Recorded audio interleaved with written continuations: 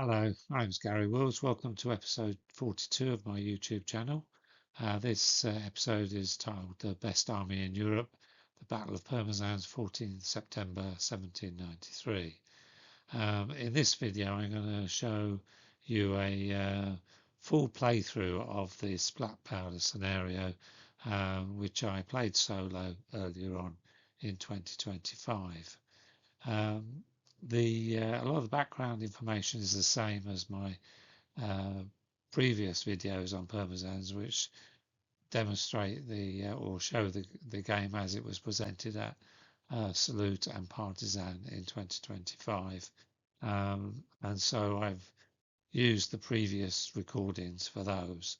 The only change is that the dragoons, the French dragoons, have been moved into the reserve column in this particular game, so you can skip through to the setup section of the video if you want to save time having seen the other videos. Thank you for watching. So this is the leaflet that I generated to support the game and used on the day, and I'm going to talk you through elements of it to explain the background to the game. So, at the time in 1793, the Prussian Army was widely considered to be the best in Europe, and the Battle of Pirmasens really emphasises what that looked like in reality. During the summer of 1793, the army of the Moselle held the line of the ridge of Schwarzbach around Zweibrücken, and this was about 46 miles west of the River Rhine. And facing them was the Prussian Army am Rhein, commanded by the Prussian king. The Duke of Brunswick's Second Corps was based in Pirmasens itself, covering the strategically important town of Kaiserslautern. The new commander of the Moselle and the representative people decided to attack Pirmasens indirectly from the north, having unsuccessfully attacked it from the west. So at 10:30 p.m. On the 13th, the Corps des Vosges, commanded by General Division Moreaux, set off from their camp at Hornbach and marched the 10.5 miles or so to Pirmasens. The French hoped to surprise the Prussians by coming at them indirectly, but Brunswick was warned the day before and was well prepared when the French reached the northeast of Pirmasens at a little village called Fehrbach. So I'm going to show a few slides that put the preceding text into a nice pretty picture. So this is a map from a history of the battle, and it shows on the right hand side of the map the River Rhine, which I've highlighted. And here's Kaiserslautern guarding the approaches to some pretty significant cities on the east bank of the Rhine, Mannheim and up to Koblenz. And here you can see the positions of Pirmasens in the dark blue square and Hornbach, the French camp, in the lighter blue square. And this map shows the march of the French on the night of the 13th, 14th, as I've just described. And you can see also the line of the Prussian outpost to the west of Pirmasens, which had been attacked unsuccessfully in the days leading up to this battle.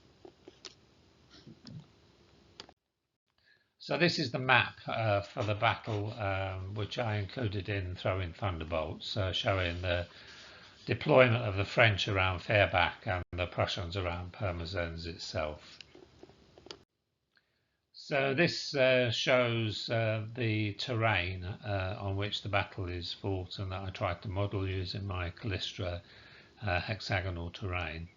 And the area around Pirmasens is steep, hilly terrain, a lot of it tree covered, but although not in this case. And the normal movements only really possible on the dark brown areas, which I've indicated here with the yellow arrow on the left hand side.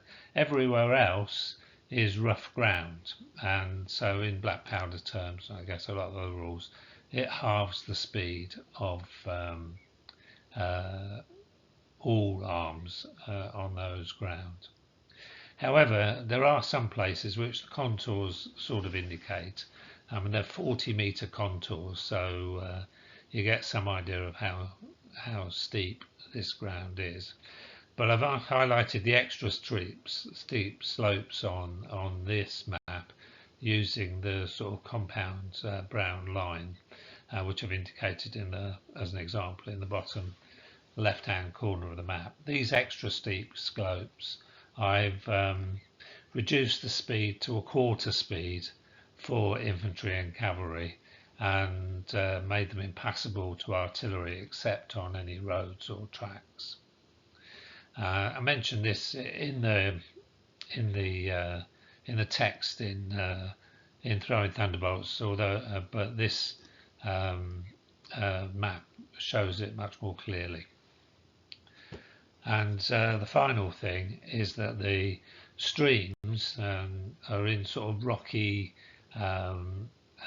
valleys, and they are crossable even by the artillery, but they count as linear obstacles costing 6 centimeters a time. We know they were crossable because some of the French guns actually got onto the Schauenburg in the top left-hand corner there. So they couldn't have done that unless they'd crossed these streams. And this map shows the historical deployment for the two sides based on Gravert's map. For the French on the right, he shows them deployed in very narrow columns that go deep off to the right of the map as shown. His columns are 1 battalion wide with the cavalry at the back, which seems a bit unlikely. As you see, I allowed the French to deploy more along the road in wider columns, which may or may not have been right. In the centre of the picture, you can see the cavalry division of von Schoenfeld in their forward deployed area, which I'm pretty sure was there just to make Moreaux deploy his artillery effectively out of range of the main Prussian position. And behind the cavalry is the two divisions of the corps. On the left, Corbier's division of 1 brigade, the Prince of Baden, and on the right, von Kalkstein's division of 2 brigades. And in front of him was a line of guns, and behind him was von Roeder's Guards brigade. On the extreme right was a 550-man detachment of Schützen from Kalkstein's division, plus a grenadier battalion and 2 battalion guns. So I'm now going to go through the orders of battles for both sides, and this diagram is an original order of battle for the Prussians, showing how Brunswick's corps was organised. So again, going back to my leaflet, at the very top level, essentially the Prussians were about 8,000 men commanded by the Duke of Brunswick, and the French came to about 12,000 men commanded by General de Division Jean-René Moreau, who not the famous Moreau, but Moreau with an X. And this is the desktop roller banner that I use to give information on the battle to people viewing the table. And so I'm going to take you through the orders of battle using snapshots of that. So here's the French order of battle. And so, as I said at the beginning, the French force was essentially the Corps des Vosges, minus one or two units that were left back in the camp at Hornbach. And here's a lovely engraving of Jean-René Moreau. And essentially, this table will show both the strengths of the battalions as I've been able to find them out, plus how I represented them on the table, a figure ratio of 1 to 33, one figure for 33 men, and plus their black powder size. So the first column, or the right column, uh, was led by Paul Guillaume, and he had a mixture of regular old Royal Army regiments and volunteers, which a pattern which goes through the whole army. One thing that is important to stress is that these weren't permanent organisations. Essentially, he took the generals he had and allocated regiments to them pretty much on the day. And so you can see I'm not going to go through each unit in turn, but each of the infantry units was accompanied by two 4-pounder battalion guns. And there were also tirailleurs drawn from those infantry units, plus some free companies of chasseurs, in this case Guillaume's own free company. So the centre company was led by General de Division Francois Xavier Jacob Freytag, and again he had a mixture of regular battalions, volunteer battalions, and free companies of chasseurs, in this case from Paris. He also had tirailleurs drawn from the heavy infantry, if you want to call it that. One thing to point out here is that the French battalions were much bigger than the Prussian equivalents. So there's a lot of large units in this order of battle. So the French left column was led by General de Division Louis Lecoy, and he had the same setup as Freytag, with a mixture of regular infantry or Royal Infantry and volunteer infantry, plus free company of chasseurs, as well as the tirailleurs drawn from the other battalions, and in this case 5 pairs of battalion guns. He also I believe had the cavalry, which was the 9th Chasseurs à Cheval and the 14th Dragoons.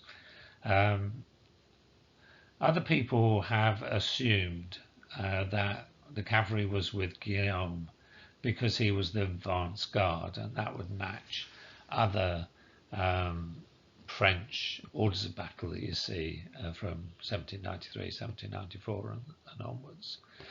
However, Moreau in his report specifically says that the cavalry was with his left column, and the 14th Dragoons are actually in reserve. So that's where I've put them. Obviously you can twiddle about with it as you will. It's confused because Guillaume was the furthest forward of the French columns as the battle developed, and ended up with collaborating with the cavalry. Finally, there was the reserve, which is essentially the park artillery, and this was led by General de Brigade Jean-Baptiste Félix de Manscourt de Rosailles, and he had a combination of 12-pounders, 4 12-pounders, 10 8-pounders, and 5 6-inch howitzers, and this is slightly different to what's in the book. I misinterpreted some of Colin's references, so I've corrected that in my corrections web page for those who want to seek it out. But these are the real numbers, so it's effectively one model of 12-pounder artillery, one model of 8-pounders, and a model of howitzers. Also, with the reserve was the 4th Regiment of Cavalry. Now, I haven't represented these in the game because they didn't take part in the battle at all, except towards the end, and they lost 2 men missing, so they clearly didn't do much. Finally, there was a tiny unit or detachment of the 1st Battalion de Yonne as a sort of artillery guard.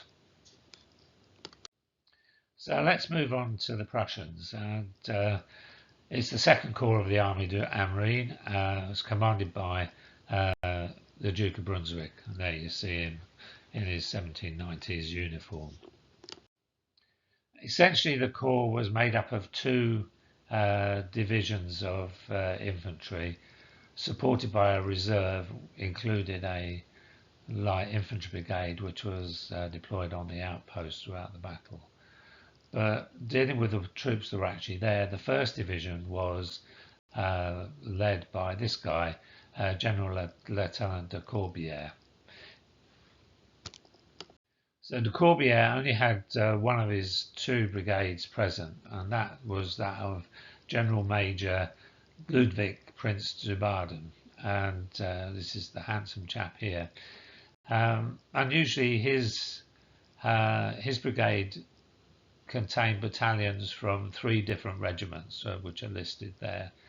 They each had detachments of Schützen and also battalion guns, in this case 6-pounder guns. There were also 2 separate artillery units which are listed there, both foot artillery. One thing to point out here is you can see that the Prussians infantry are in small units, 12-figure units. This is different to what I wrote in Throwing Thunderbolts, where I put them at 16 figures and made them standard unit. The reason I did that in the book was I wanted to give them another inbuilt advantage by giving them standard unit status, because it works out that when you take the Schützen and the artillery crews for the battalion guns off, given the assumed strength of about 500 men, the battalion should be about 13 figures strong. They're 4 companies. I like to represent company strength, so that's why I ended up with. Again, went slightly over with 16. When it actually comes to put them on the table, though, they fit the battlefield better if they're smaller units. So I've gone with this, and we'll see how it plays out as my replays play out. A separate brigade was Roeder's brigade of guards, and this was 2 battalions of the Guards of Vosges with their 4 battalion guns, plus a small howitzer company made up of 4 guns. So the second of the 2 divisions was led by this guy, General Lieutenant von Kalkstein, and he had both of his brigades with him. So his organisation was more typical. So the 1st Brigade was led by General Major von Herzberg, and his brigade was made up of the 3 battalions of the Duke of Brunswick's regiment, and that is 2 line battalions plus a battalion of grenadiers. And at this time in the war, each regiment had a full battalion of grenadiers, unlike what you see in some of the later depictions. Again, they had a small unit of Schützen, plus battalion guns, 6-pounders again, and also an artillery company supported the brigade. So the 2nd Brigade was led by General Major von Romberg, seen here, and he had the 3 battalions of the Prince Heinrich regiment, and with their associated Schutzen and battalion guns again, 6 battalion guns, 6-pounders, and also a battalion of foot artillery, 6-pounders again. As I said earlier on, the Schutzen of both of these brigades were taken away and placed on the extreme right flank of the army in the very rough ground that I showed on the map. This is very typical of the way Schutzen were deployed. So yes, the Prussian had light infantry, but they didn't use them in the same way as the French, and they tended to detach them away from the battalions that they came from and use them in outpost work, as they did in this battle. Finally, the Corps had a cavalry division led by this guy, General Lieutenant von Schoenfeld, and that was comprised of 2 brigades. The 1st Brigade was made up of von Katz's brigade and comprised a dragoon regiment, which I represented in 2 units to represent their 5 squadrons, plus half a horse artillery battery. There was also another dragoon regiment, which those of you who've read Throwing Thunderbolts would have seen in the original order of battle, but they were on the outpost line that I indicated earlier on to the west of the battlefield, and didn't take part in the fighting. So the final brigade was General Major von Borstel's brigade of cuirassiers, which again was 5 squadrons made up of his own regiment. Again, those of you who've read Throwing Thunderbolts will be wondering where the Hussars are, particularly if you've seen some of my social media posts. I did paint them up, but the reality is the Hussars, the Jaegers and the Fusilier battalions that were part of the 2nd Corps were not called back to the battlefield, despite the Prussians being outnumbered by about 50%. Brunswick preferred to leave the Hussars and the light infantry doing what he believed they were supposed to do, which is maintain the line of outposts to the west of Pirmasens in case of an attack by one of the other corps from the Army of the Moselle. So how did I represent it on the day in the game? Well, essentially it's about 600 figures, 40 guns and 35 limbers, and you can see some pictures of the figures here. I used the chariot miniatures figures for the Prussians and some of the French, and some French are also miniature figurines, and I used the irregular miniatures 7 Years' War dragoon figures to represent the one of the regiments of dragoons on the Prussian side, and the 4th Cavalry on the French side. So in terms of victory conditions, the French are trying to force the Prussians away from Pirmasens so they can occupy it and important ground around it. So in order to do that, they need to break 3 Prussian brigades in order to break the Prussian Army. The French are less articulated in their organisation, so the Prussians need to only defeat 2 of their brigades in order to break the French army and win the battle.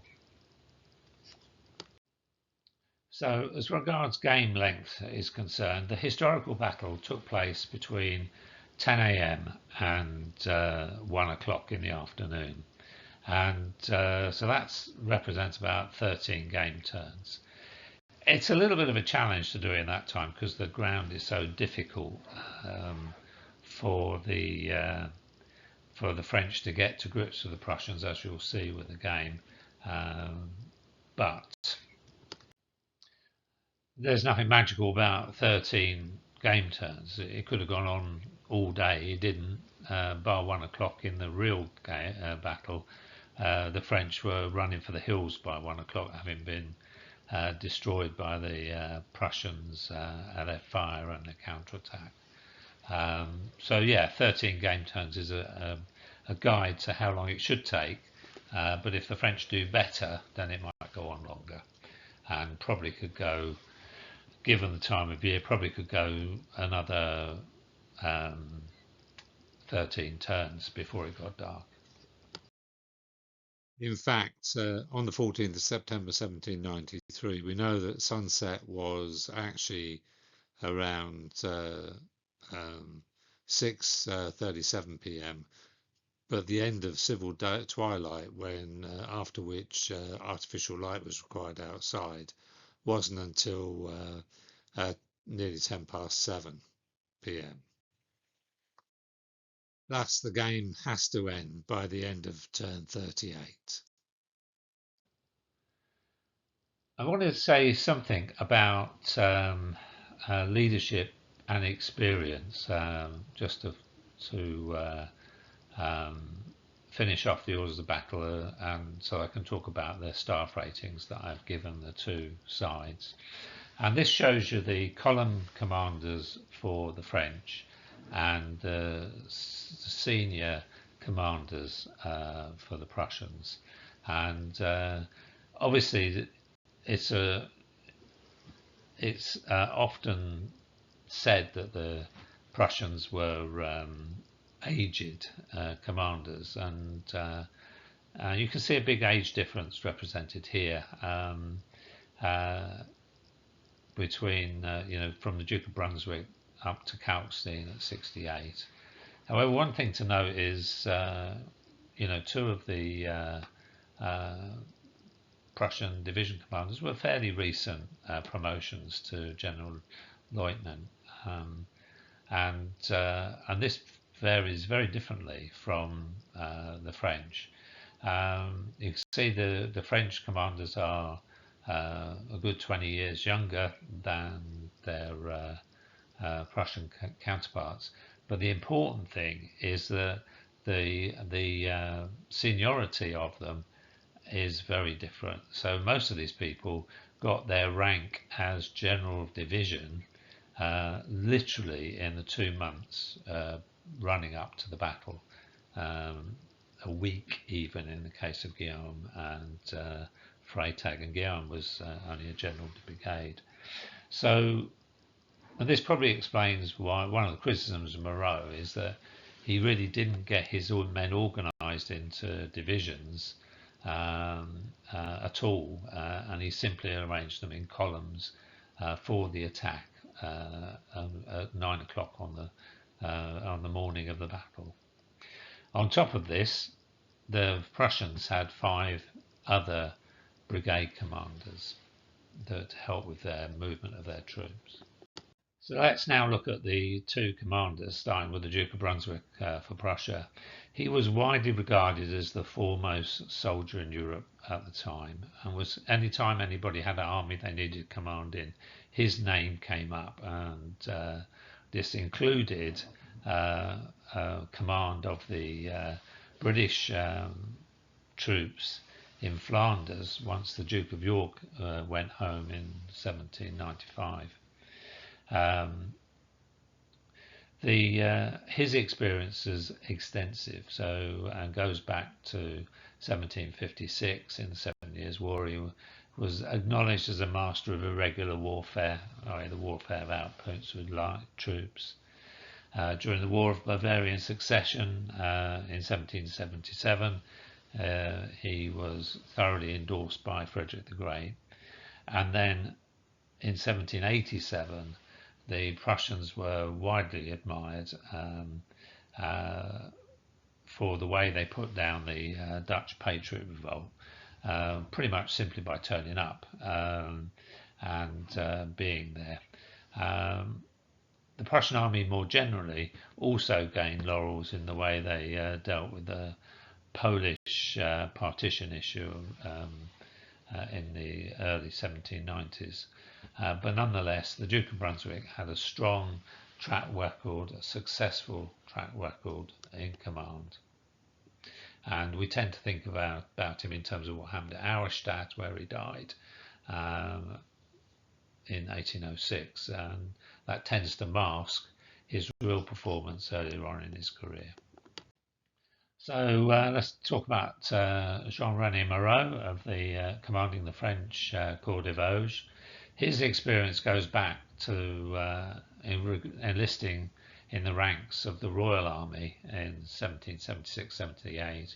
It was on St. Lucia in 1778, but then retired from the army and went back to running a family business. But when the revolution broke out, he joined the 1st Ardennes Volunteers in 1792 and was elected their lieutenant colonel. So he had experience at early battles of the First War of the First Coalition and had been wounded twice. So Léon Moreau was a grandson of René, and he wrote a book about his grandfather, where he felt that military history had not done his father a service, and he ended up in correspondence with Jomini, and this is what Jomini said about René. If your brave ancestor could not be classified among the great outstanding captains as Frederick the Great and Napoleon, he should be counted amongst those second-rate generals whom the revolution brought forth and who saved France by their courage, their energy, their self-denial and a natural talent for war. And, you know, whatever we tend to think about these guys from 200 years, is worth noting that Moreau got his name on the Arc de Triomphe amongst many more famous names that you can see in the picture on the right. So in terms of the game, how do we represent this in terms of staff ratings in black powder? Well, this is what I went with. The Prussians, I gave a staff rating of 8, which is good, and the French a rating of 7, which is average. However, it is modified by the fact that obviously not only is the Duke of Brunswick there, but there are 3 division commanders, and so each one of those commanders has the ability to give a re-roll to one of their brigade commanders a turn, and you really got a choice. You can either put the Prussian staff rating up to 9 and not bother with any re-rolls. It's because the effect is about the same, but I think this is probably the best way of doing it. With a staff rating of 7, it's arguable whether the French commander deserves a re-roll, but he's got no other role unless you give him a re-roll, so I gave him one. So when you look at the averages of rolling 2d6, what that turns out into, the Prussians will move perhaps 1.4 moves a turn, whereas the French will only average 1 move a turn. If you want a game to run quicker, it's probably worth giving the French a slightly higher staff rating, say up to 8, because that will move things along. The re-rolls have an effect of moving the Prussians up to 1.8 moves a turn, and the French up to probably close to 1.4. Okay, let's now look at the setup of the War Games table based on the foregoing orders of battle. Okay, so in the top right of this photograph, you can see the French in their deployment area. Um, some accounts would have you believe that Moreaux intended to attack with the whole of his army down a small isthmus or ridge that you can see lined with lichen in the foreground, rather than going through the valley. But that seems to be a very unlikely prospect. So this is a drone's view of the French deployment. On the right, we have the advance guard column led by Guillaume. Next to him, we have the centre column led by Freytag. Then the left column led by Lecroix. And finally, we have the reserve column led by Mascourt Rozoy. And they're shown here with the three artillery companies, plus the 14th Dragoons, who many people seem to think were with one of the other columns, but Moreau's report is clear that he placed them with his reserves. Not shown here are the 4th Cavalry Regiment, which stayed in reserve all the time, but I haven't quite finished painting them when I took this photograph, but they will appear in later photographs. And here's another shot of the French deployment.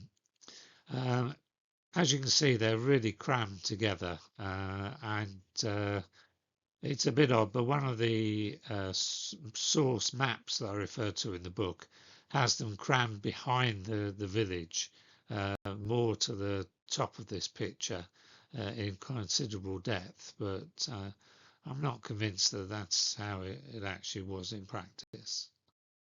Let's have a quick look round the Prussian deployment. And, just to start from the back for a change, this photograph shows von Roeder's brigade made up of the regiment of Guards Rufus, 2 battalions plus their supporting guns.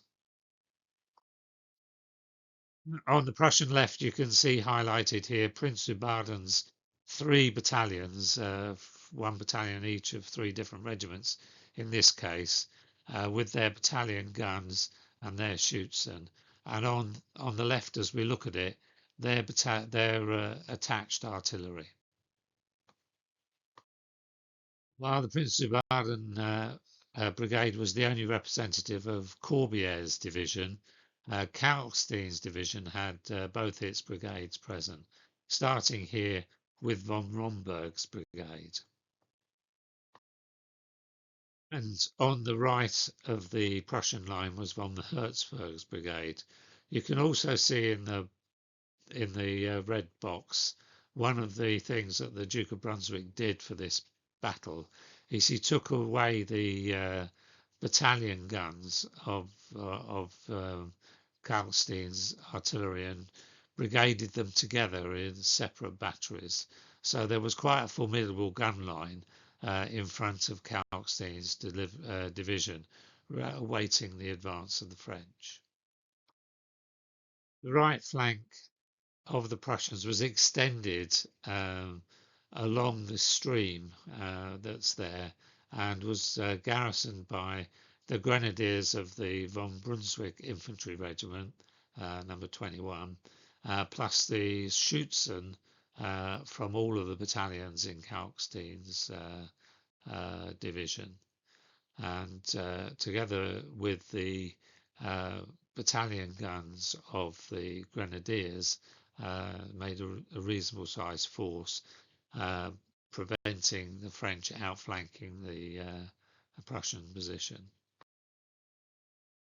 In front of the infantry were deployed the cavalry division, which comprised von Katter's Dragoon Brigade and there, I think, as much to force the French to deploy where they did as anything else, because Brunswick quickly withdrew them.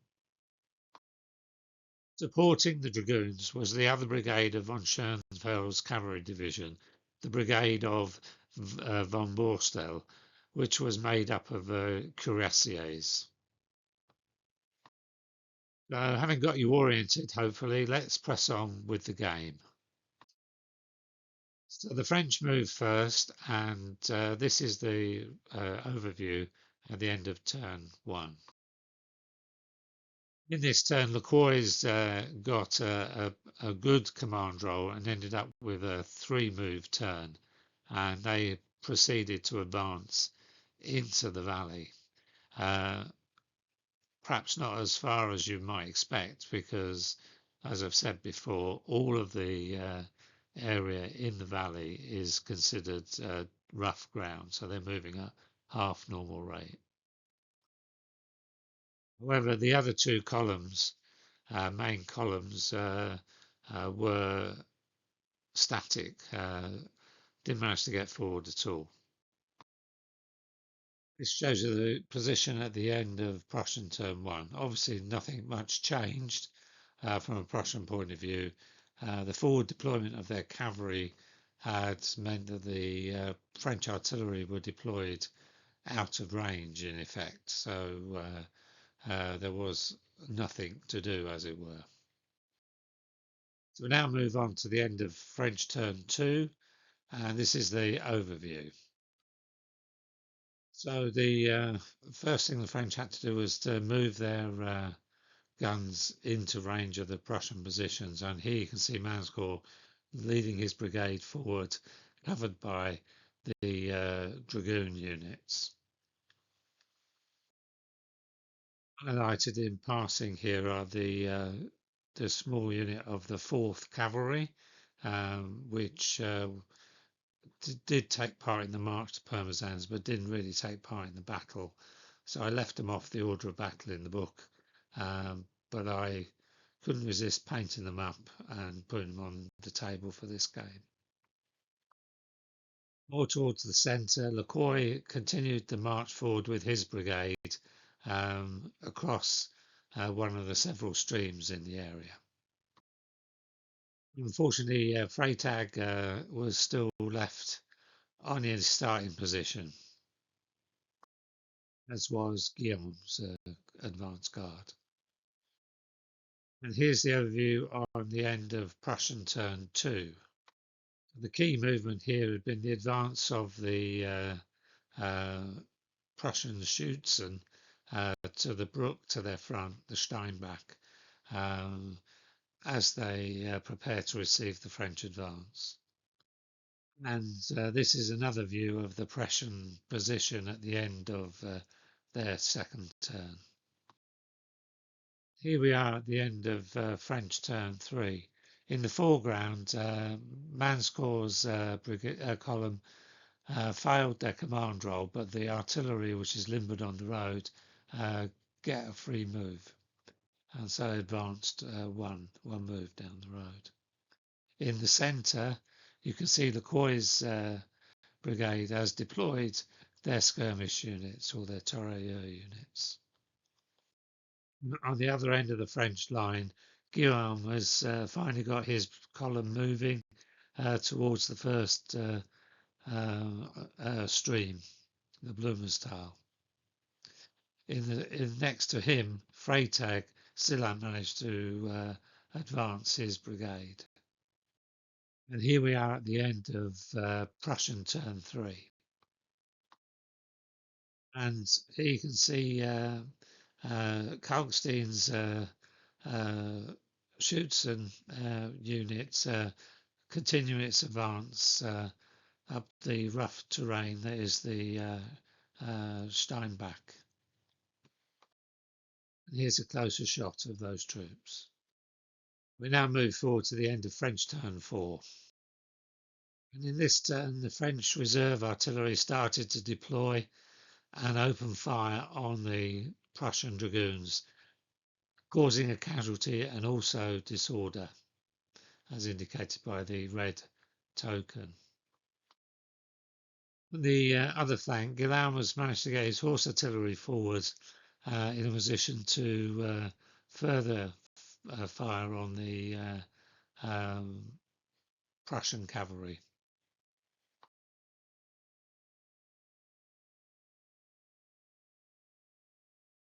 And so we move on to the end of Prussian turn 4, and in this turn not much has happened. So we now move on to the end of French turn 5. You can see at the top of this picture, Guillaume's brigade has continued its advance across the stream with its horse artillery deployed in support.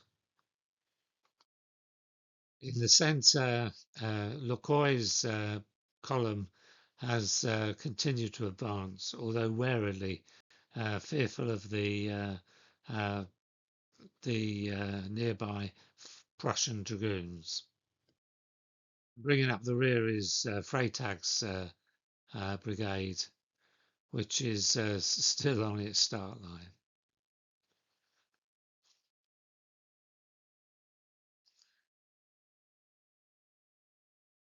The combined efforts of the French artillery did, however, this turn add another casualty to the leading Prussian dragoon unit.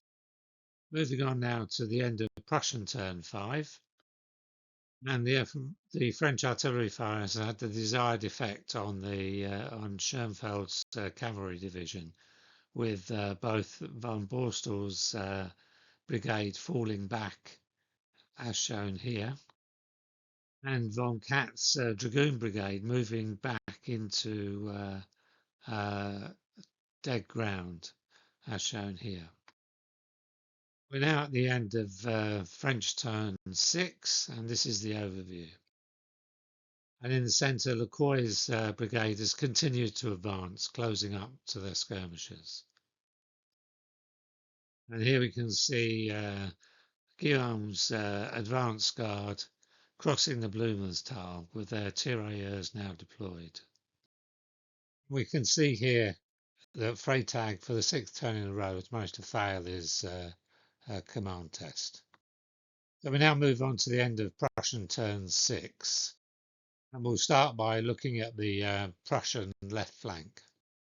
Here we can see that Prince Baden's brigade of Corbier's division is advancing towards the stream in order to take a position on the flank of the presumed French advance. In the centre, von Katt has rallied a casualty off of the sheltered dragoon regiment. We're now moving on to French turn 7. And on the French right, we can see that Guillaume's division, or brigade rather, has continued to struggle up the difficult, rough terrain on the right of the Blumenthal. Other than that, nothing much changed. So passing on to Prussian turn 7. The main body of the Prussians is still awaiting the French attack. But on the left, Zubaden's brigade has completed its move to the edge of the stream. And here we see the overview at the end of French turn 8. Not much has happened. But on the right, Guillaume has continued to press forward. As you can see here, the overview, and probably worth a few words. The French infantry in this game can't form square. It's too early in the training of the vast numbers of volunteers that have joined the ranks, and the levy en masse, of course. So they were not going to advance in the face of the Prussian cavalry, which they know is hovering just over the hill, and obviously they failed to get their own cavalry forward to create some space. So that's why not much has changed on the rest of the battlefield as we've reached the halfway point of the game for the French. And here we are at the end of Prussian turn 8 as the Prussians lay in wait for the slowly advancing French. And this is another shot showing the threat of the Prussian dragoons keeping the French infantry back. And on the Prussian left, Zubaden awaits the advance of Guillaume's brigade. And here we are at the end of French turn 9. In the centre of the French position, Lecroix sent forward his skirmishers across the stream. Also in the centre, Guillaume has managed to get his horse battery forward into a position which can shoot again at the dragoons.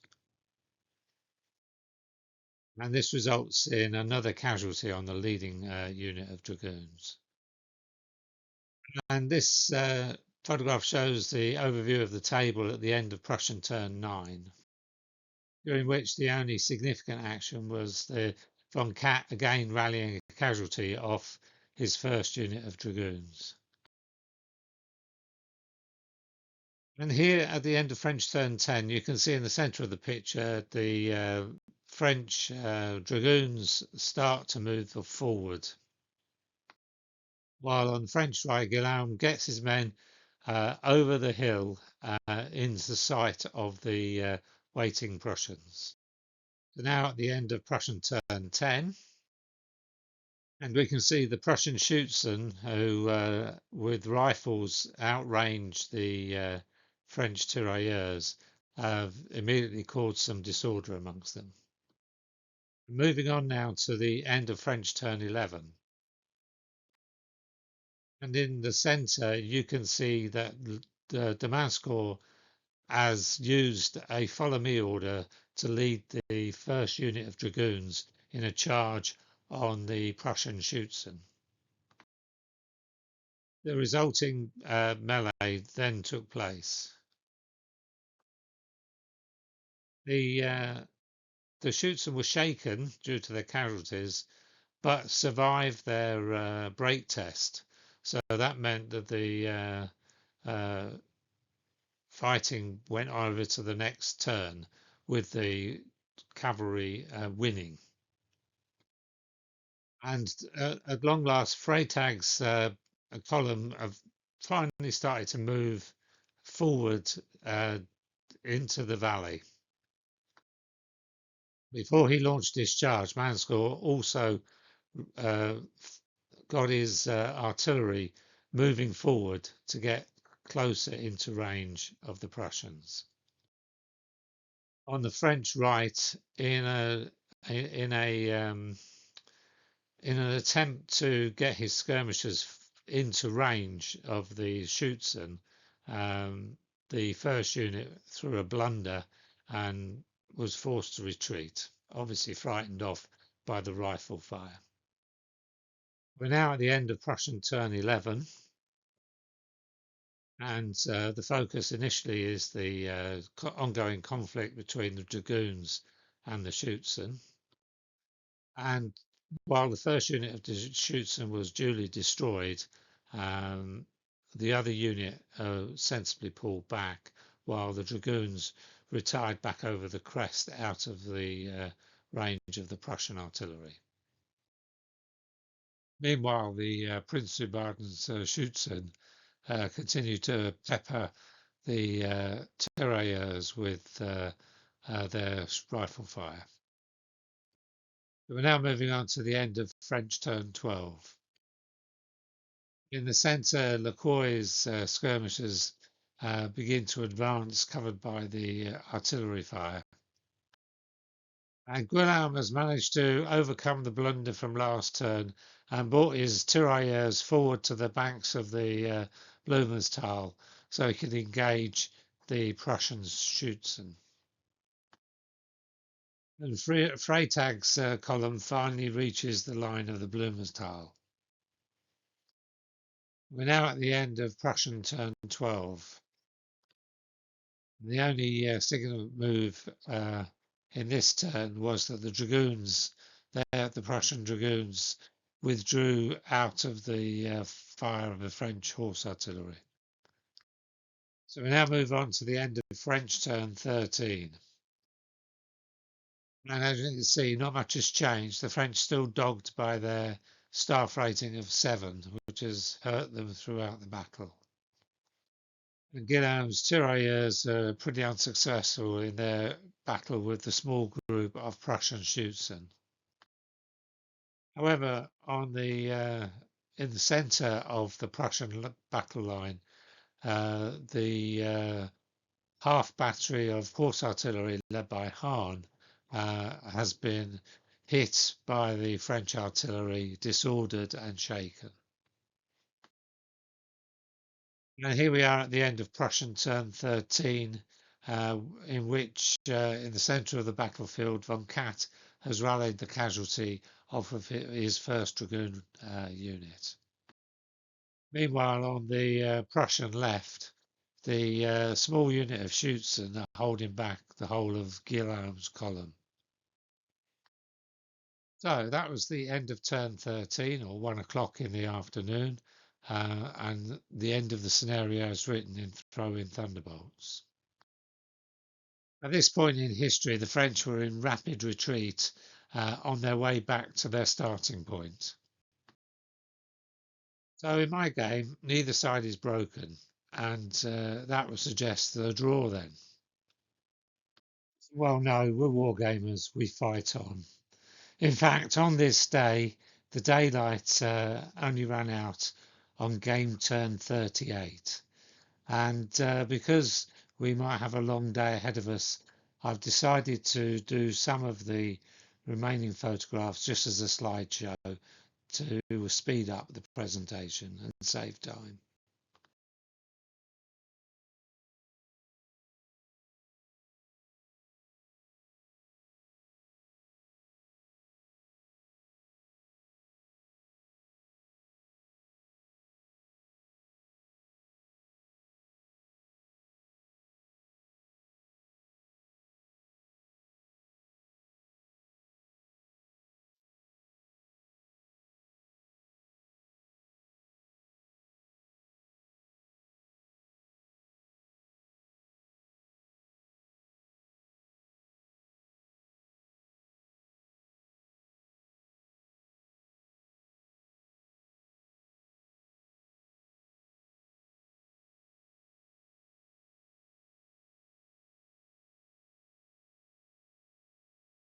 We're now at the end of French turn 16, and here we see Manscore has led a charge of part of the 14th Dragoons into Hahn's horse artillery battery.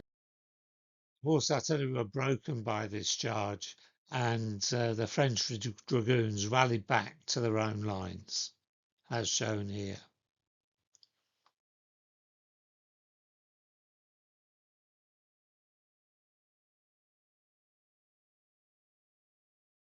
During Prussian turn 16, the Prince of Baden has redeployed his brigade in a dogleg so that they're ready for Guillaume's attempt to outflank the Prussian line. Meanwhile, in the centre, the Prussian fire from both the Schutzen and the Prussian artillery has resulted in the shaking of both of the or 2 of the 3 reserve artillery batteries. The end of French turn 17, you can see here highlighted the move of some of the French cavalry into the dead ground of the valley to try and get to grips with the Prussian dragoons.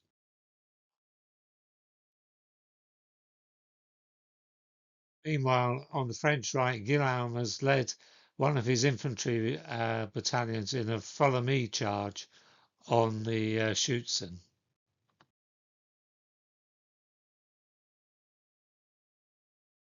He'd also ordered his horse artillery to a new position on the Schauenburg, where he could bombard the Prince of Baden's brigade.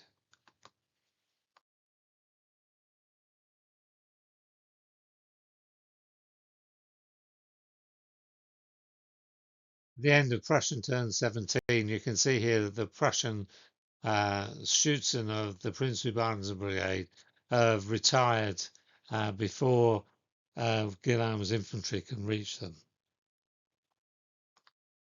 We're now at the end of French turn 18. During this turn, Lecroix used a follow me order to bring some of his chasseurs à cheval into a charge on the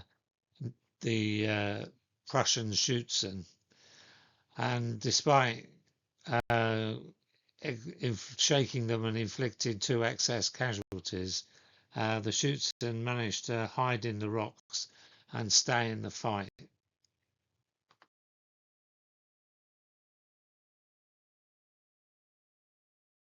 Meanwhile, Guillaume led his own charge of his own skirmishes on the Prussian Schützen, and in so doing broke them, before advancing on the main body of the Prince-Eubaden's brigade. Also at this turn, the repositioned French horse artillery was able to inflict 2 casualties on one of the Prince-Eubaden's battalions, shaking it.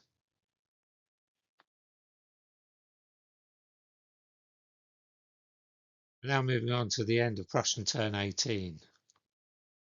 The French artillery were losing the artillery duel in the centre, and this has resulted in one of the reserve artillery batteries being broken via an excess casualty and the poorest of break tests. And the luck was with the Prussians again when the Schützen lost 3 excess casualties to the chasseurs à cheval, but skulking in the rocks still managed to stand for another turn.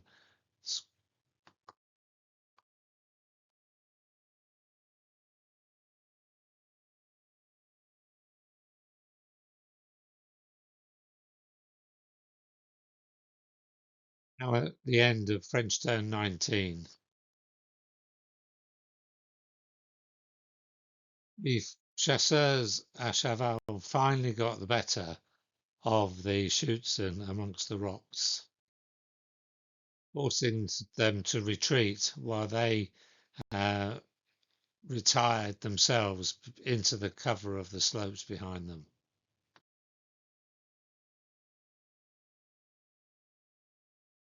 And on the French right, Guillaume's skirmishers started to disorder the Prussian infantry battalion. We're now at the end of Prussian turn 19. In the centre, the leading unit of the von Lotten dragoons have charged the closest French dragoon unit of the 14th Dragoons, beaten them in the hand-to-hand combat, and forced them back, disordering them, and have chased them up, remaining in contact for another move. During this turn, the Prince of Baden rallied one of the casualties off his centre battalion to remove their shaken status. On the Prussian left flank, the infantry battalions started to open fire on the skirmishers in the hope of fending them off, and has disordered them.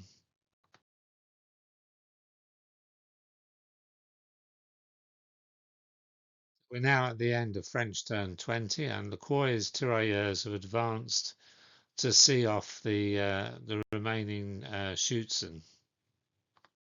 In the centre, the contests between the dragoons have ended badly for the French. They've withdrawn again, retreated again, disordered and shaken. However, their opponents are now also shaken.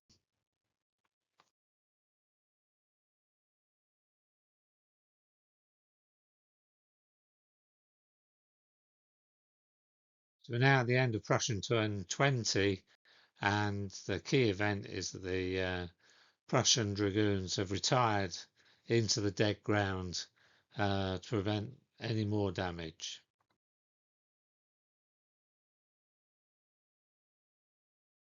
And here the Prussian Schutzen are trying to get out of the musket range of the French tirailleurs.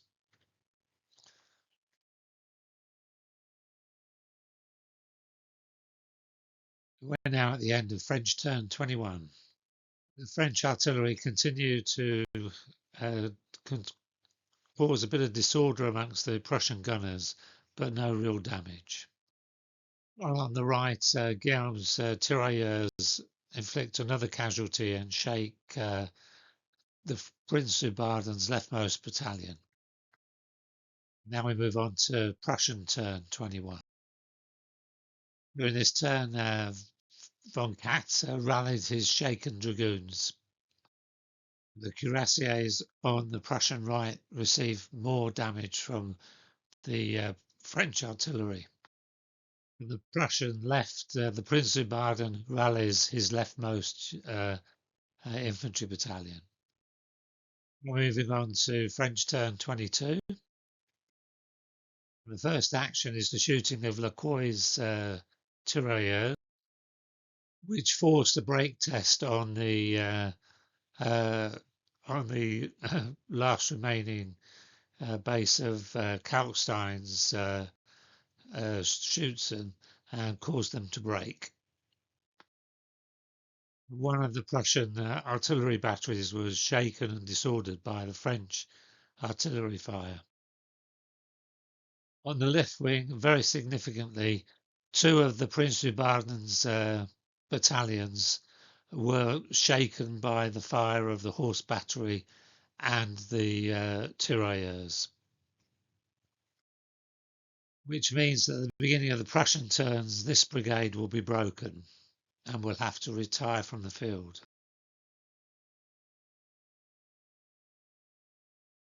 Moving forward to the end of Prussian turn 22. The grenadiers on the extreme right of the Prussian line attempted to chase off the tirailleurs, but rolled a blunder in their command test and were forced to retire. And on the other flank, you can see the Prince of Baden's brigade beginning to retire due to their broken status.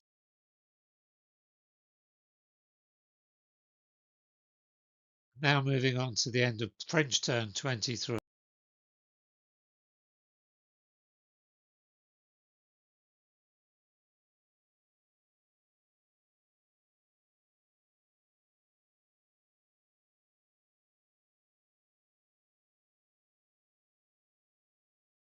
We're now at the end of Prussian turn 23.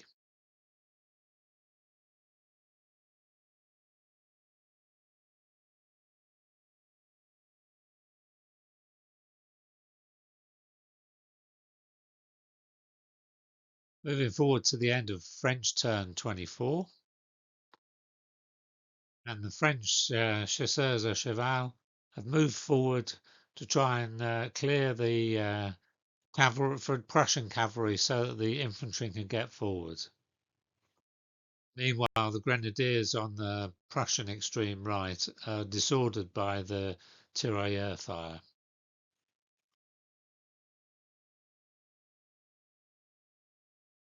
Moving on to Prussian turn 24, during which there was a big cavalry action in the centre. Prussian dragoons charged the chasseurs à cheval, who countercharged. And this initial contact resulting in a victory for the Prussian dragoons, forcing the leading unit of chasseurs à cheval to retreat, where they stood disordered with their single casualty. However, the dragoons were able to make a sweeping advance into the supporting unit of chasseurs à cheval. The Prussian dragoons won again, forcing the second unit of chasseurs à cheval to retire, disordered, while they themselves rallied back out of the line of sight of the French cannons. Meanwhile, the Prince-Baden continued his retirement from the field. This gives you an overview of the battle at the end of that turn. We're now moving on to the end of French turn 25.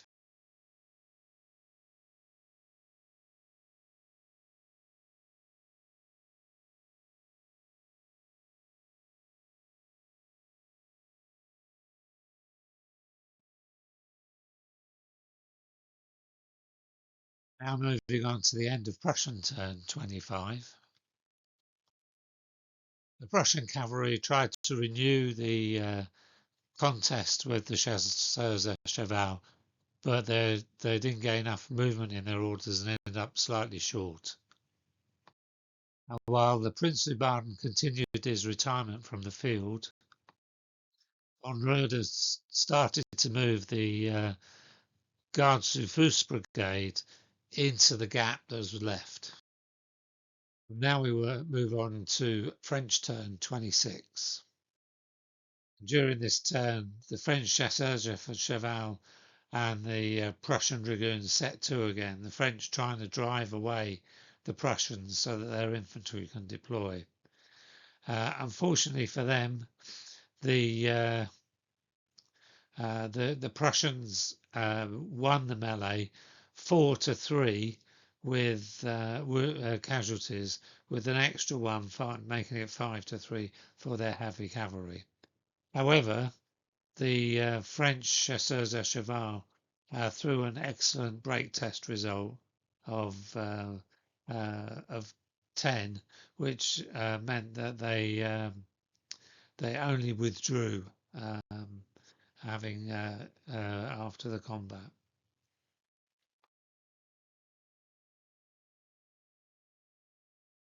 Also on this photograph, you can see the Prussian cuirassiers have taken a bit of a beating from the French artillery on the hill.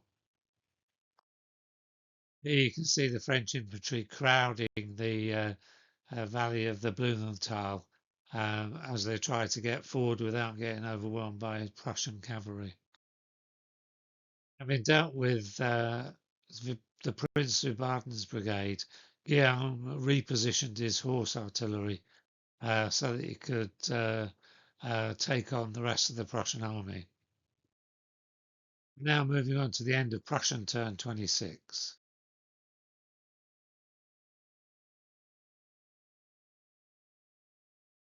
Here you can see the supporting unit of chasseurs à cheval has taken some more casualties from the Prussian artillery fire and has been disordered. And here the Prince of Baden's brigade has finally left the scene. With a follow me charge, the French dragoons now tried to dispatch the now shaken Prussian dragoons. And although they won the combat, inflicting 5 casualties on the shaken Prussians versus 3 of their own, in the break test, the Prussians threw a double 6, which even with 5 excess casualties meant that they passed the test and were only required to fall back. And the French dragoons also withdrew into cover.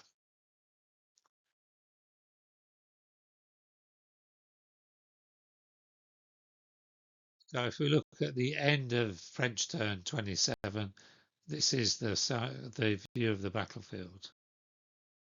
And you can see here a lot of shaken markers at the bottom of the photograph on the French cavalry.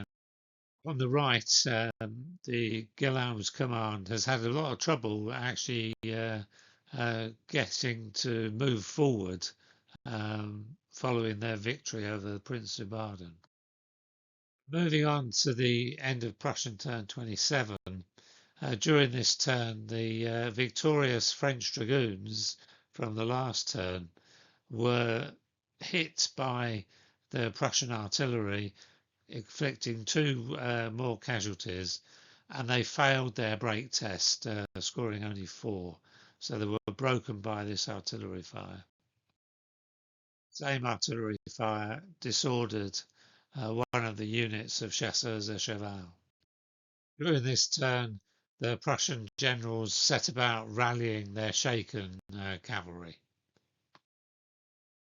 We're now in French turn 28, and the first thing that happened was that the loss of the dragoon unit in the last turn to artillery fire meant that the reserve brigade of Manscore was broken. And so you can see on the bottom right of the photograph here, the artillery and the remaining dragoons heading back for the baseline. Not all bad news, because Lecoy managed to rally the shaken chasseurs à cheval unit. The good news for the French is that the pesky Prussian dragoon unit, which had repelled several French cavalry attacks, was itself now broken by the horse artillery up on the Schauenburg.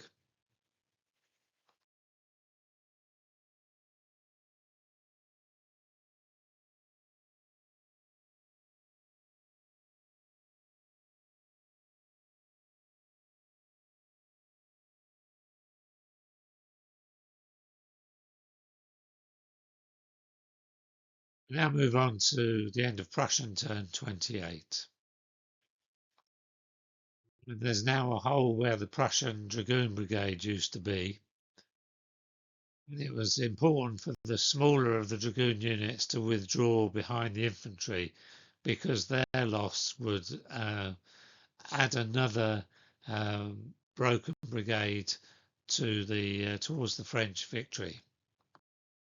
Meanwhile, the Guards du Fos continue their march across the difficult terrain to form some sort of flank guard in the place of the Prinsenbaden. We'll now move on to the end of French turn 29.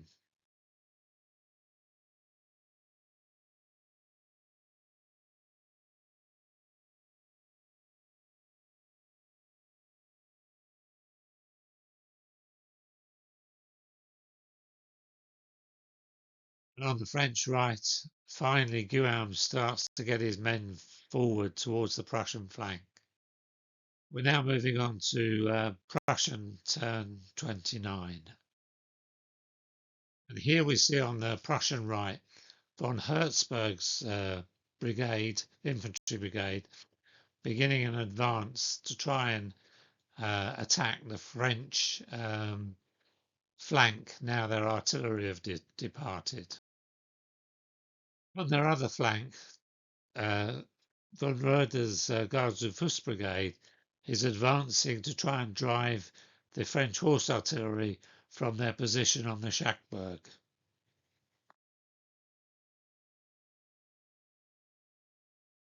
We're now on move 30 for the French.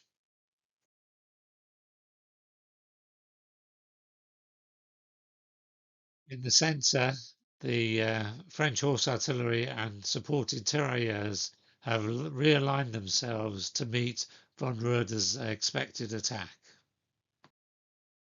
And you can see here the French infantry are finally moving up in support of their lead units. And here you can see that Lecoy has rallied the shaken chasseurs à cheval unit on the left as we look at them. At the Schauenburg, in the shooting phase, the horse artillery shook the leading Guards du Fus battalion, also disordering them. We're now moving on to the end of Prussian turn 30.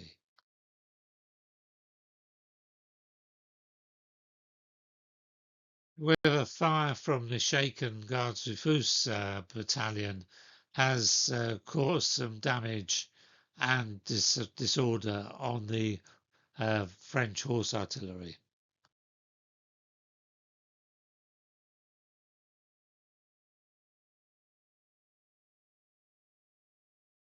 Here we are in French turn 31, and the following another follow me order, Guillaume has led one of his infantry battalions in a supported charge into the flank of the shaken Gardes du Fous battalion.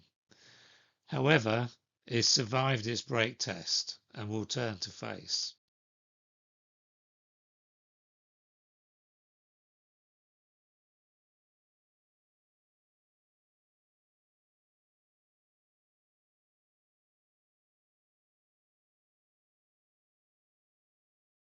Highlighted here, you can see one of my special rules, house rules in action. I tend to limit the power of attack columns by saying that if they don't break or forced to retire the target of their charge, they must themselves form line and be disordered, which gives the lines a fighting chance if they survive the first impact. Here, however, you can see that the Prussian Gardes du Fous battalion has actually lost the combat, and with a break test result of 7, they're actually broken because they'd had 2 casualties in excess of their shaken limit, plus being disordered. And they were duly removed from the action. You can see in the centre left of this picture that the Prussian assault on the French has begun in earnest. The cuirassiers are climbing the hill to attack the chasseurs à cheval, supported by von Hertzberg's brigade deployed in line.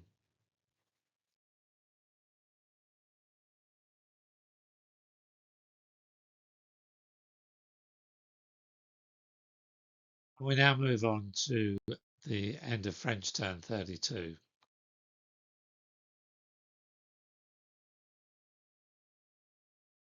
Here you can see that the French tirailleurs on the ridge have been unusually accurate in their fire, causing 2 casualties on the leading cuirassier unit and disordering them. We now move on to Prussian turn 32, and the smaller supporting unit of Prussian cuirassiers charged into, using a follow me charge, the chasseurs à cheval, winning the melee 4-1 on casualties alone. However, the chasseurs à cheval survived their break test, only being forced to retreat.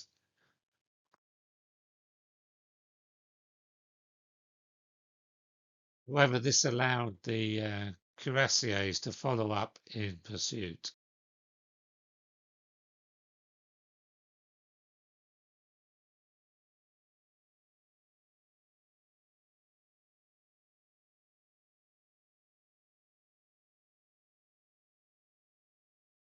We're now into French turn 33, and it was time for the chasseurs à cheval to try and take out the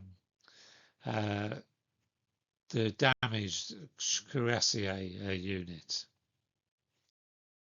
However, the damage was not enough to stop the cuirassiers winning the charge and pursue the retiring chasseurs à cheval, both units being now shaken. In the other cavalry contest, the cuirassiers again won 3-0 on casualties alone before they had their heavy cavalry bonus. However, the chasseurs threw a great break test result of 10, which meant after casualties they were only required to retreat.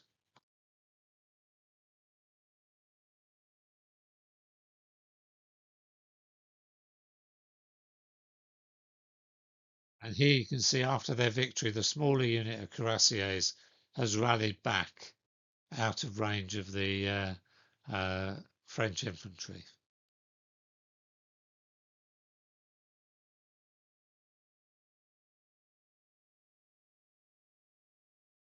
Now we're in the Prussian turn 33, and the ongoing combat between the larger unit of cuirassiers and their chasseurs à cheval opponents had a disastrous outcome for the French, where the cavalry the chasseurs à cheval were broken, and Lecroix was killed in action, paying the penalty for all these follow me charges. Prussian cuirassiers then fell back to regroup and hopefully rally.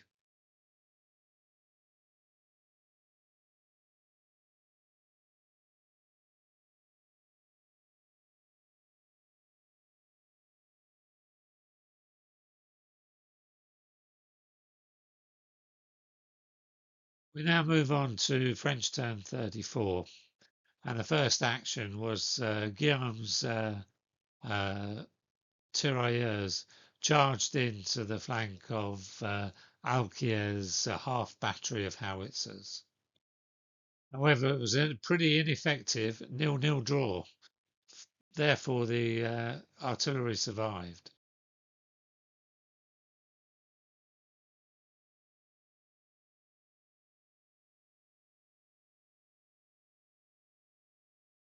And here you can see Lecroix's brigade, or leaderless brigade at this point, um, lining up ready to take on von Herzberg's infantry as they crest the ridge.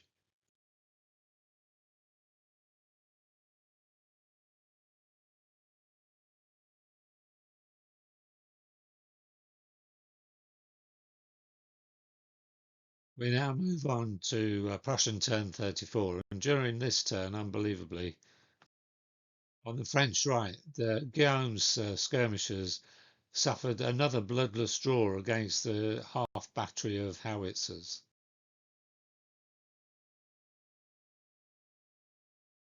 Meanwhile, on the other flank, during turn 34, von Herzberg's brigade continued its advance on Lecroix's column.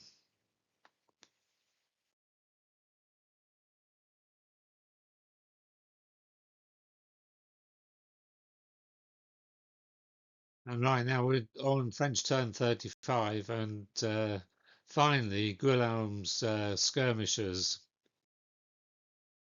broke and captured the half battery of howitzers.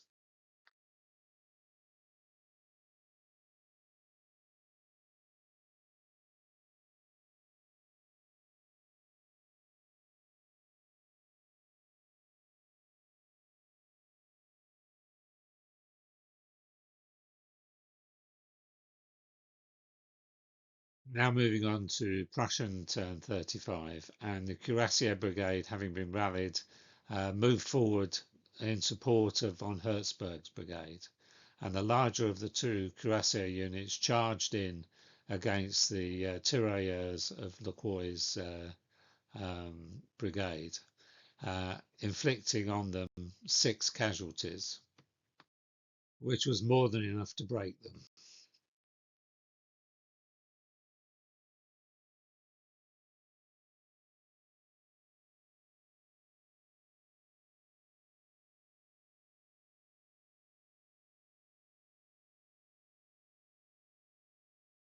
We now move on to French turn 36. It's getting dark.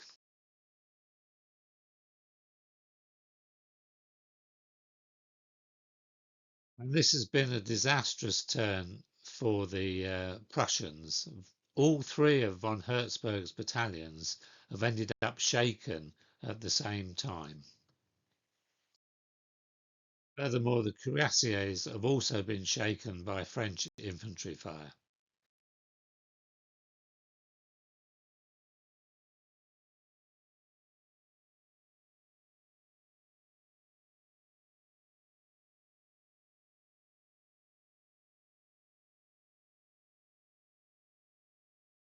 Turn 36 for the Prussians begins with the withdrawal of von Herzberg's broken brigade.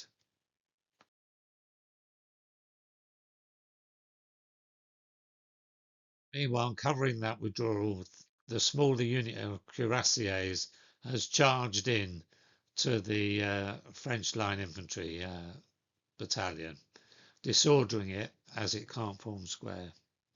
However, the closing fire caused casualties on the cuirassier unit, shaking it. However, the cuirassiers won the combat with their +3 heavy cavalry bonus. They won 5-1 overall. However, with another great break test result, the infantry managed to stand.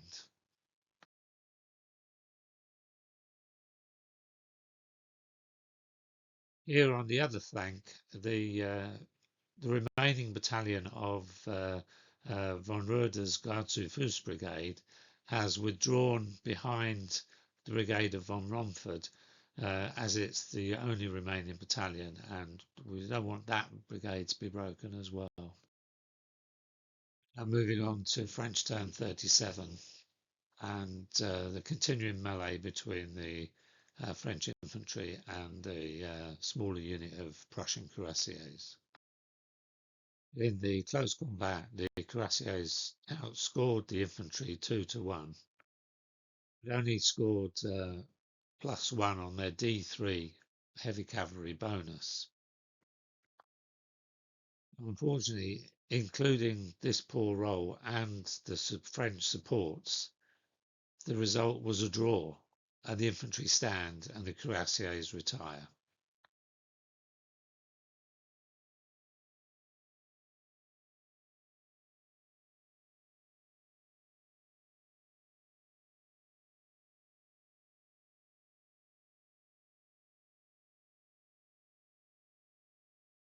Now on to Prussian turn 37, and the larger unit of cuirassiers charged their infantry tormentors, disordering them.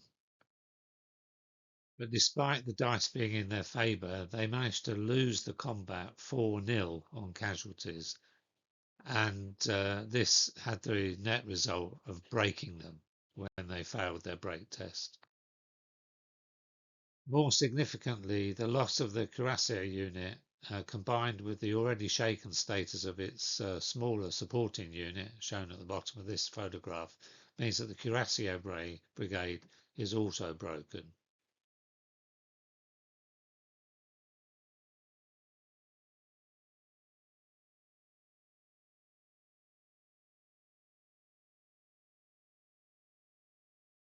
We now move on to French turn 38, during which the French task is to set out in pursuit of the broken Prussian infantry.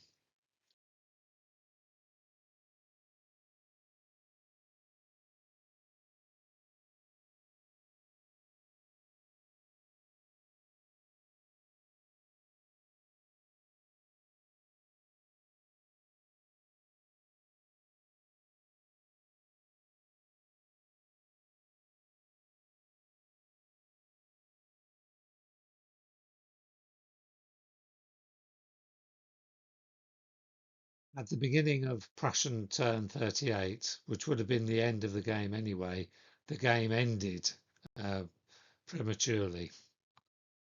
At this point, 3 Prussian brigades had been broken compared to only 1 French brigade. This satisfied the victory conditions for the French, thus they overturned the historical result after a hard day's fight.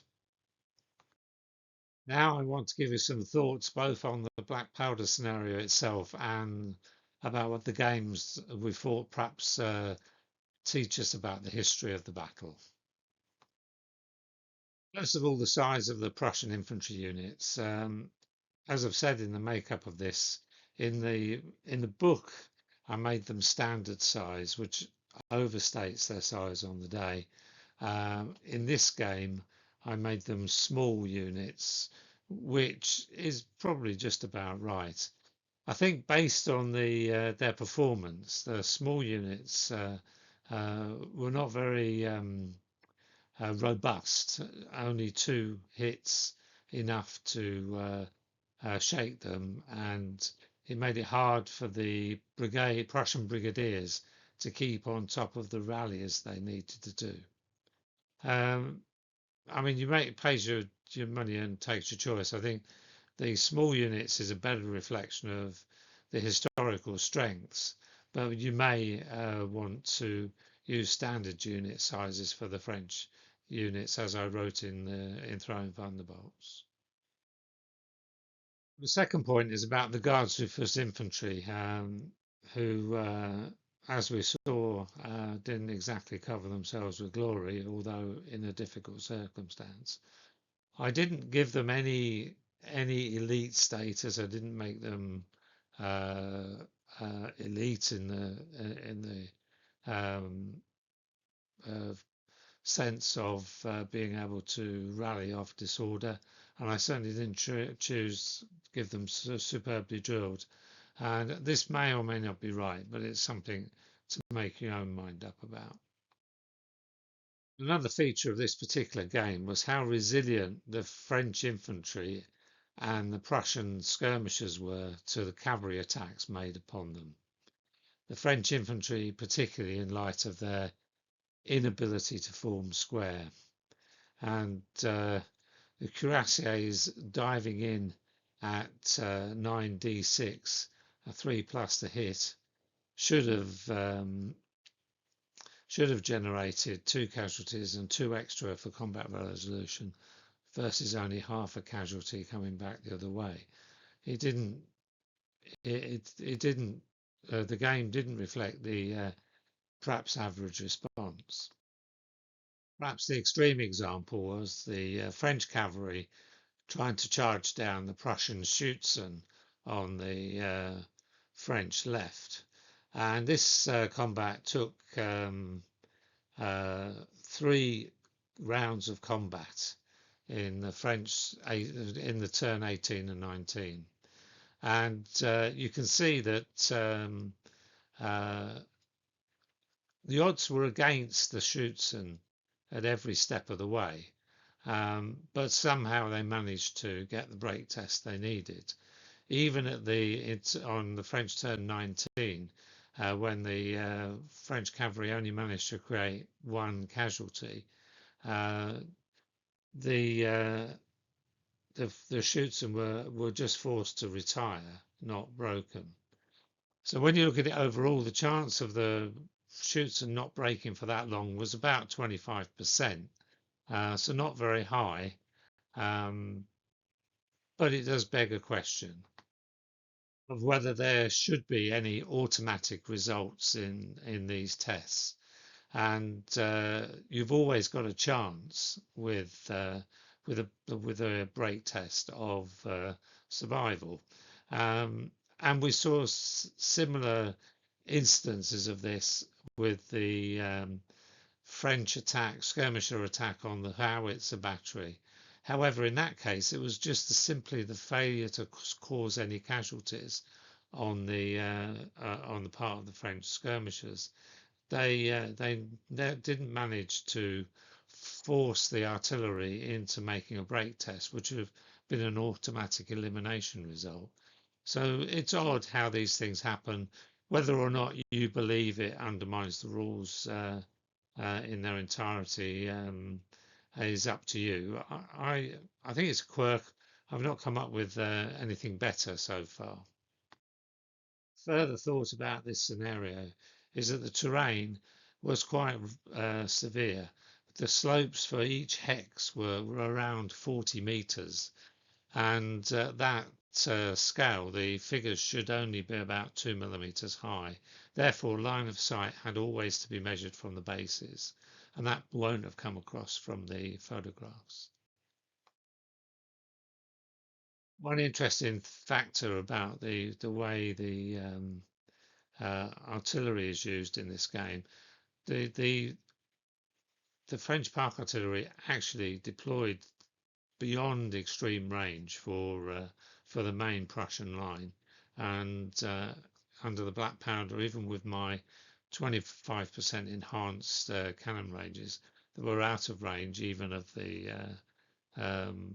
Prussian advance guard. Consequently, in my game, they had to advance, they had to move forward. But this is not reflected in the account, so it's a bit of an oddity. And one option is not to deploy them at all. Final point is that the French columns in this game took forever to cross the battlefield, and this was partly because of the threat of the cavalry, but not entirely. Obviously, all of the terrain below the ridgeline was considered to be rough ground and therefore half movement. So therefore, we have to ask the question of whether that decision was the correct call. And if we look at this chart, it shows the theoretical advances given the strategy ratings of 7 and in the case of the Prussians 8. And the French, with a strategy rating of only 7 and only one of the brigades being able to re-roll, shows you the difference in 5-turn bounds as we go forward. So in theory, even with a strategy rating of just 7, the French should have got further on, but it would have taken them at least 20 turns to get into contact, which suggests that I might have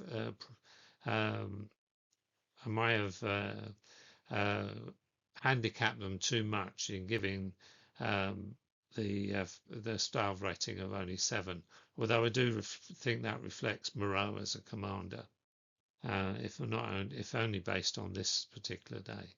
If you look at the purple line, which shows you the reroll, then they could have got there approximately within 15 turns. So it should have been possible. But having only one reroll would have meant that only part of the army would have got that far. If they did have a strategy rating of 8, the whole army could have advanced equivalent to the purple arrows. The other challenge of the scenario is how to define the streams in the Blue Moselle. They were, having defined the whole thing as rough ground, in the end I decided to make them fordable rather than impassable as in the Vosges scenario. I did this mainly because I couldn't see any way of getting the French artillery that got to the Schwarzbach during the actual battle into that position. But again, that's a choice you make. I assumed that the streams did not have steep banks, even though the ground around them was steep. So finally, in this rather long video, I want to ask what questions do the war games themselves ask about what we know about the history? Leaving the Prussian cavalry deployed as an advance guard, as I did in this game, stopped the French infantry advancing into the killing ground of the Prussian artillery. Like me, the real commander, Brunswick, quickly withdrew his cavalry once the French had deployed their artillery, thus allowing the French to advance into his prepared killing ground. The second point revolves around what indeed was the French plan for tackling Brunswick's deployment. Moreau's report to the Minister of War suggested that he wanted his 16 battalions to attack along the ridge, but this gave his columns a frontage of little more than 1 battalion. They would have advanced into the maelstrom of the Russian artillery and be beaten 1 battalion at a time. Avert's account, as shown here, talks about 3 battalions of the left-hand column turning into the Steinbach Valley and being put off by the fire of the battalion guns of the grenadiers and the skirmishers. I've illustrated this here and it's a bit of a mismatch in numbers, to be honest. Because approximately 2,000 men would have been trying to advance on 550 Prussians. Whether this was a planned move, which they later regretted, or a distinct choice of Moreaux to try and broaden his frontage, we will perhaps never know. On the other hand, Guillaume's report describes his column as being on the right, which implies at least two columns in the attack. That map shows three columns, each of perhaps 1 battalion wide, but only one of these columns is at all lined up to advance down the ridgeway. The other two would have been heading into the Blumenthal, as happened in my game, where at least they would have got cover from the Prussian guns. So it seems more likely that Gravert's description, which some take as a description of the whole army's fate, really only talks about the left column of the Moreau's army, and the other two columns deliberately headed into the Blumenthal, where they could have find the cover they needed from the Prussian artillery. But I think we'll never know is the truth. The game really highlighted the impact of the poor structure of the French army at this time, contributing significantly to the slow deployment of the French infantry and their slow advance across the valley. If you contrast the two armies, the French units had 6 or 8 units in each brigade or column, whereas for the Prussians it was as low as 2 and the maximum was 6. Secondly, the French mixed cavalry and infantry in their two columns, which had real impacts with, on more than one occasions, the column leaders having to devote themselves to leading the cavalry in necessary charges, in follow-me charges, rather than get their infantry forward. So there's a definite dilemma facing the French column leaders. And finally, it meant that the brigade commanders were just fewer and further between in the French army. There were 4 brigade commanders serving the French command, whereas the Prussians had 6, and they had lots of re-rolls which emphasised their tactical flexibility, or they arguably didn't need it in this particular scenario. So that's it. That's a rather longer than average video, but I hope you've enjoyed it and stuck with it. And if you have, please consider buying Throwing Thunderbolts and obviously liking and subscribing to my channel. Thank you very much and good night.